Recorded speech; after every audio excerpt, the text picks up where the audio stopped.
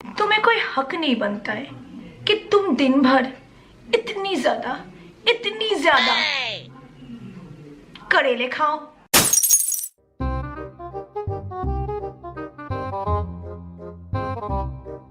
বাঁশ পেছনে আসবে না, পেছন নিয়ে আমি বাঁশের ওপর বসবো।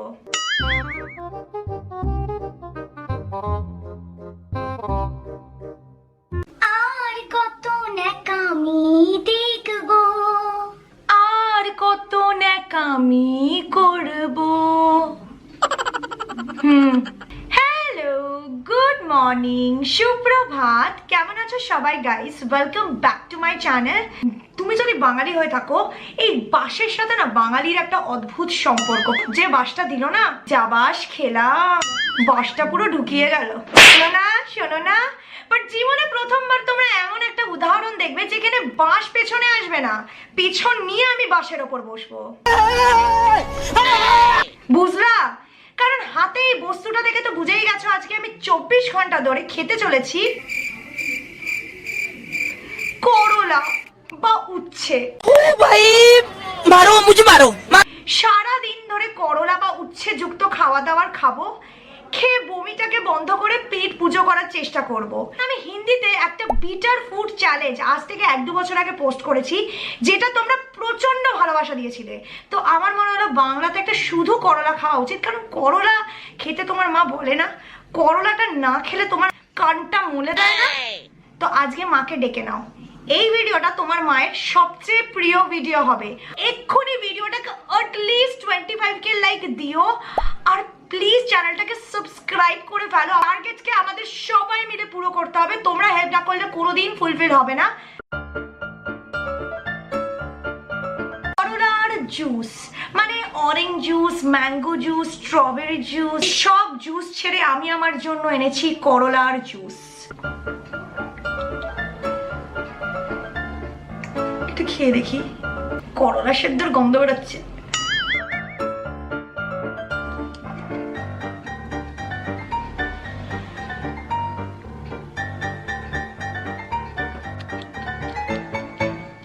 Not good, not good.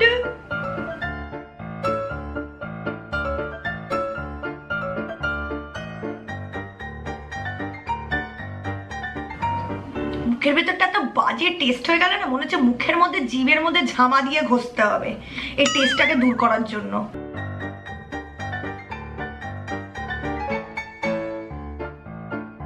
আর এটা তো দিনের শুরু, পুরো দিন এখনো বাকি। দেখা করছি লঞ্চের সময়। টাটা। তোমরা তো জানো ছোটবেলায় মায়েরা যারা সবসময় গরম তেল দিয়ে চুলে মাসাজ করতো, কারণ গরম তেল খুব চটজলদি তোমার স্ক্যাল্পের ভেতর অব্দি পৌঁছে ব্লাড ফ্লোকে ইনক্রিজ করে, যাতে তোমার হেয়ারসের যে রুটস আছে ওগুলো স্ট্রং হয় আর সময়ের সাথে হেয়ার ফল কম হয়। অয়েল হিট করা ইজ ভেরি ডিফিকাল্ট, আর ওভার হিট করে নিলে অয়েলের যে ইম্পর্টেন্ট এসেন্স গুলো থাকে ওগুলো ডিস্ট্রয় হয়ে যায়। এই প্রবলেমটাকে রিজলভ করার জন্য আমি লেটলি ব্যবহার করছি একটা খুবই ইউনিক আয়ুর্বেদিক প্রোডাক্ট, নিজস্ব একটা স্মল অয়েল হিটারের সাথে আসে, আর সেই ব্র্যান্ডেড প্রোডাক্টের নাম হচ্ছে ট্রু হেয়ার। ট্রু হেয়ারের সাথে তোমরা এরকম একটা অয়েল হিটার পাও, যেটাতে খুব ইজিলি তোমরা অয়েলটাকে হিট করতে পারবে আর ওয়ার্ম অয়েলটা চুলের মধ্যে অ্যাপ্লাই করতে পারবে। আমি তোমাদেরকে বলবো কিভাবে তোমরা এই তেলটা ব্যবহার করতে পারো। এই তেলটা 100% natural and free from chemicals থাকে। কিভাবে তেলটাকে গরম করতে হবে আর কিভাবে হিটারটাকে ক্লিন করতে হবে, ডিটেল ইনস্ট্রাকশন প্যাকেজের পেছনেও মেনশন থাকে। এর মধ্যে পাচ্ছ তোমরা একটা ট্রু হেয়ারের অয়েল বটল, এরকম দেখতে হয় অয়েল বটলটা। প্যাকেজের পেছনে অয়েলটার মধ্যে কি কি হার্বস রয়েছে, কি কি গুণ রয়েছে, সমস্ত কিছু ডিটেলে মেনশন করা আছে। এই অয়েলটার মধ্যে 13টা রেয়ার হার্বসের গুণ রয়েছে, যেটা তোমার চুলের যত্ন নিতে প্রচণ্ড রকম সাহায্য করবে। প্রথমে অয়েলটাকে এই হিটারের মধ্যে ঢেলে নিতে হবে, যতটা তোমার লাগবে চুলের জন্য সেই অনুযায়ী ঢালবে। তারপর এর সাথে আছে একটা ক্যাপ, সেই ক্যাপটা দিয়ে হিটারটা বন্ধ করে নিতে হবে, তারপর প্লাগ ইন করে দিতে হবে। যতক্ষণ ইন্ডিকেটরটা জ্বলবে অয়েলটা গরম হবে। যখন অয়েলটা অপটিমাম টেম্পারেচারে পৌঁছে যাবে, যেটা তোমার চুলের জন্য ভালো, আপনি লাইটটা বন্ধ হয়ে যাবে, তখন তুমি অয়েলটাকে ইউজ করে নিজের চুলের মধ্যে ডিপ অয়েল ম্যাসাজ করতে পারো। গরম তেল চট জলদি তোমার চুলের গোড়া অবধি পৌঁছায়, যাতে তোমার চুল ভেতর থেকে শক্ত হয় হয়, চুল পড়া বন্ধ হয়, ব্লাড সার্কুলেশন ইমপ্রুভ হয় স্ক্যাল্পে, আর ওভারঅল তোমার চুলের গ্রোথ ভালো হয়, ড্যান্ড্রফ কমে, প্রিম্যাচিওর গ্রেইংয়ের প্রবলেম থাকলে সেটাও ঠিক হয়ে যায়, আর চুলটা হেলদি, শাইনি আর বিউটিফুল হয়। তোমরা এই অয়েলটাকে সপ্তাহে 3 দিন করে 3 মাস অবধি ব্যবহার করে দেখতে পারো। আর যখন ব্যবহার করবে স্নানের 2 ঘন্টা আগে লাগাবে, লাগিয়ে রেখে তারপর স্নান করে ধুয়ে ফেলবে। আশা করছি তোমাদেরও এটা অতটাই কাজে লাগবে যতটা আমার কাজে লেগেছে। এটা হলো world's first Ayurvedic hair oil with heater. অবশ্যই আমার লিঙ্ক থেকে প্রোডাক্টটা পারচেস করো, এতে তোমরা 20% অফ পাবে, যেটা লিমিটেড সময়ের জন্য রয়েছে। Also guys 5% of every purchase goes to girls child education. তো ট্রাই করলে প্রোডাক্টটা অবশ্যই জানিয়ে কেমন লাগলো।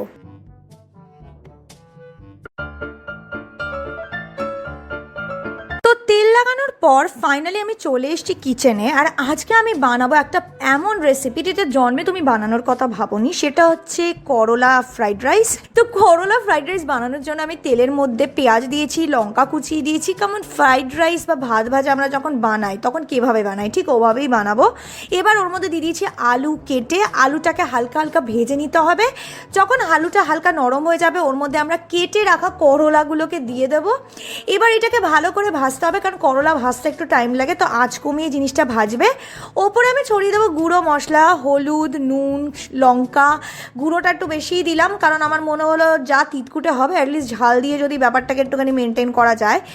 আর যদি এই রেসিপি দেখে তোমার মা তোমাকেও করলা ফ্রাইড রাইস খাওয়াতে চায়, তাহলে প্লিজ আমার দিকে পচা ডিম বা পচা করলা ছুড়ো না। তোমাদের একটা আশ্চর্যকর কথা বলি, আমার মা কিন্তু তিতো খেতে খুব ভালোবাসে, যদি আমি একটুও পছন্দ করি না।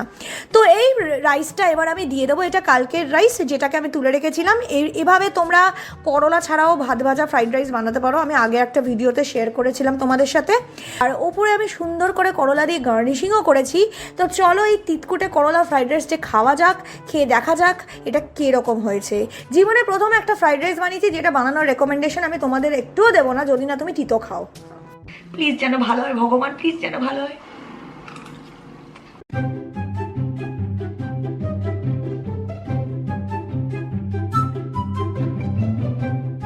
যখন আলুটা লাগছে, চালটা লাগছে, ঝালঝাল লাগছে, আর যেই করলাটা চিবাচ্ছি পুরো তিতকুটে লাগছে, আর ঝাল আর তিতকুটেটা মিলে একটা অদ্ভুত মানে স্বাদ তৈরি করছে, যেটা আমি এক্সপ্লেন করতে পারছি না।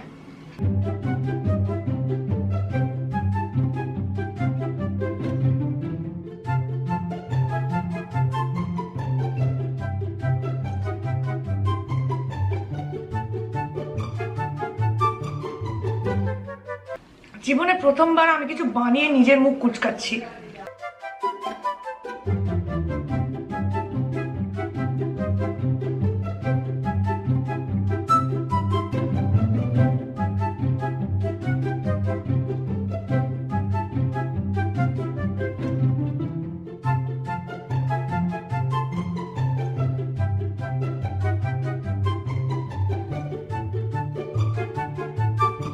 প্লেট খেয়ে নিয়েছি, আমার না ভীষণ গা গোলাচ্ছে, আমি আর খেতে পাচ্ছি না। এখানে আমি এতটা জোর করে করে গিলে খেয়েছি, মনে হচ্ছে গলার মধ্যে পুরো আটকে আছে। একটু জলও খেয়েছি। আমি ভাবছি এটা আবার কিছুক্ষণ বাদে চেষ্টা করব খাবার, না খেলে আর আমি খাবো না, আমি আর পাচ্ছি না। তো গাইস বিকেলের টিফিনে আমি ভাবলাম আমার জন্য বানানো যাক কিছু হালকা। তোমাদের একটা কথা বলে দিই গাইস, এখানে আমি যখন রান্নাঘরে এসেছি আমি ওপরের টপটা চেঞ্জ করে এসেছি, কারণ নয়তো আমার ভালো টপটা নোংরা হয়ে যাবে তার জন্য। আর প্রত্যেকটা রান্নায় আমি আগে থেকে করে নিয়েছিলাম, পরে ডিফারেন্ট জায়গায় বসেছি, কারণ বিকেলবেলার দিকে অতটা তোমার লাইট ক্লিয়ারিটি থাকে না, কারণ তখন আমাকে আর্টিফিশিয়াল লাইট ইউজ করতে হতো, আর আর্টিফিশিয়াল লাইটে পিকচার অত ভালো আসতো না, তো অনেক দেরি মনে হতে পারে, তাই বলে দেওয়াই ভালো। সো এখানে আমি দেখতেই পাচ্ছ আলু করলা সিদ্ধ বানিয়েছি, যেটা আমার মনে হলো পেটকে একটু আরাম দেবে আর হয়তো খেতেও একটু ভদ্রস্তর লাগবে। চলো খাওয়া যাক আর বিকেলে স্ন্যাক্সটা সেরে ফেলা যাক।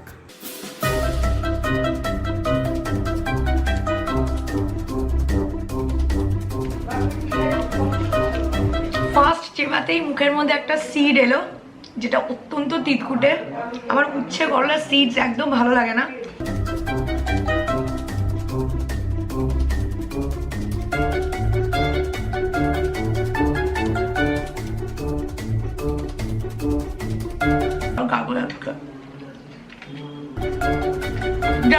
কি অবকাশ, এটা বন্ধ করে খাচ্ছি।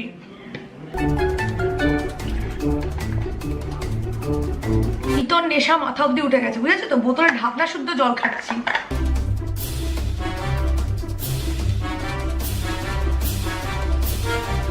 খুব একটা খেতে পারবো বলে তো আমার মনে হয় না, বাট যতটা পারবো খাবো। বাকিটা আমি মাকে দিয়ে দেবো, মা ভাত দিয়ে রাতে খাবে। আর আমি তোমাদের সাথে দেখা করে নিচ্ছি ডিনারের সময়।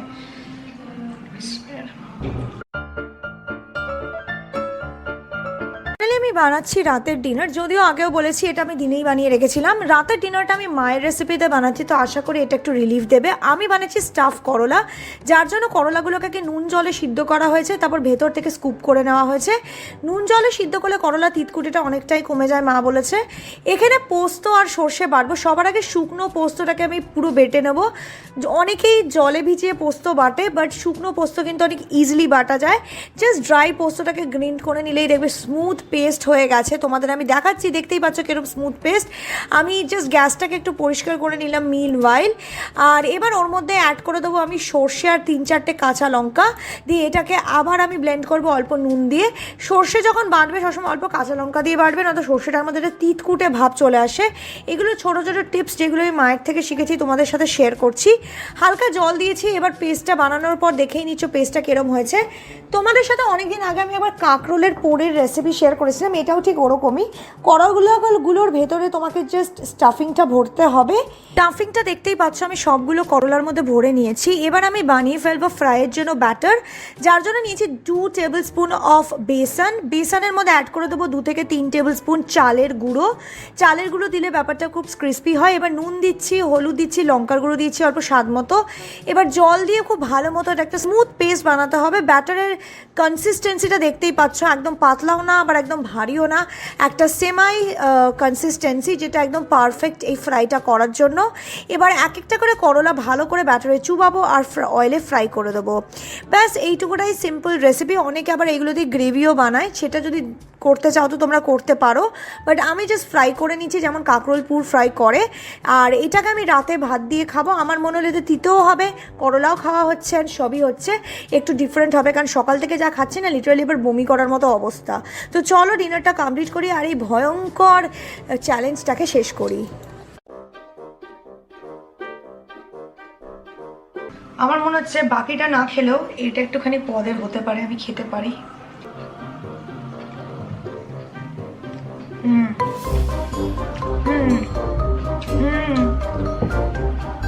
সত্যিকারে কম তিতো।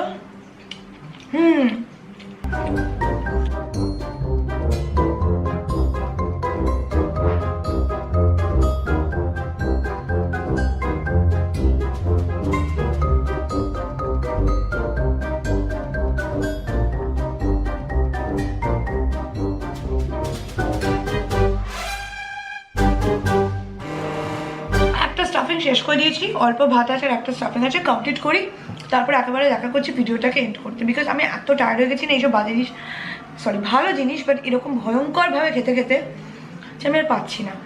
তো গাইস, আজকের ভিডিওটা, এই করলার তিতো মার্কা ভিডিওটা এইটুকুটাই। আশা করি তোমাদের এই ভিডিওটা তিতো ঢেকুর, যাই হোক, আশা করি তোমাদের এই ভিডিওটা ভালো লেগেছে।